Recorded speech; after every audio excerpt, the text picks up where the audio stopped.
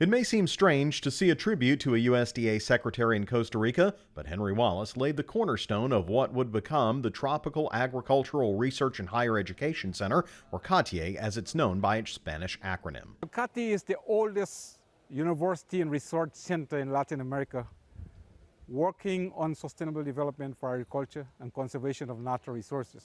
But also we do systemic research on innovative processes, on sustainable agroforestry systems, sustainable cocoa and coffee production systems, but also on sustainable management of forestry and food security and nutrition. Much of that research involves sustainability, including this genetic seed bank here. The agricultural and tree seeds here stretch back to CATIE's founding. CATIE has been safeguarding important seed banks here, including the coffee and cocoa for more than 75 years. Also the forest gene bank is very important for us, but especially for the coffee, for example, and cocoa.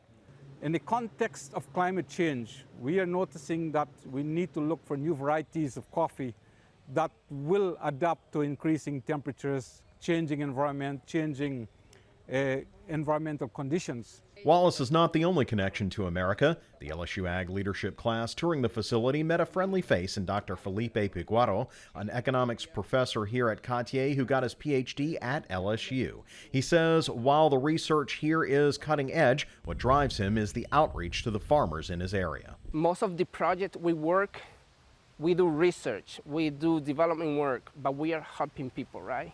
We are helping people to improve their conditions, their economic conditions, right?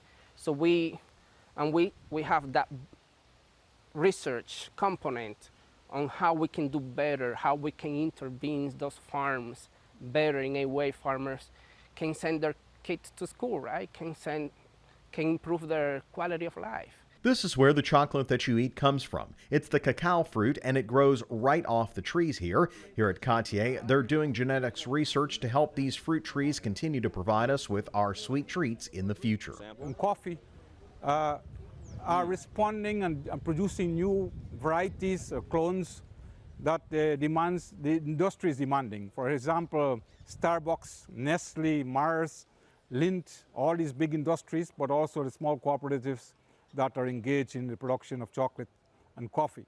It's not all markets and research here. CATIE's botanical gardens are a living seed bank, preserving many of the indigenous species for everyone to enjoy.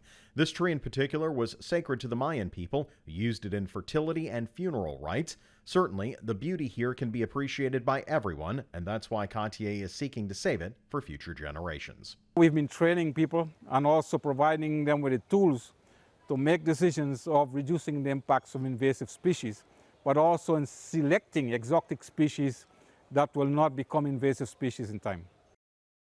CATIE accepts students from all over the world, including many from the United States. To learn more, head on over to our website at twilatv.org. And Avery, of course, as you know, you saw that professor that was from LSU, and you and I had lunch there, and we met a professor that was also from the United States. So there's just so many strong connections there at CATIE, too, back home to the U.S. And it's amazing how much work they do that actually can come back here, yes, even though it's kind of centralized there in Central America. Right. Didn't mean to do that pun, but that came out. But it really is great to see what's applicable there that we can use back here in the States. Sure, a lot of what they're doing with silvopastoral research and, you know, putting trees in pastures and farm fields and that sort of thing is all coming out of there. Of course, they're as you know, their tropical paradise there is a little different from many of the biomes we have back home, but there's a lot of connection there, and as they're spreading throughout Central America, which is becoming, and South America, which is becoming increasingly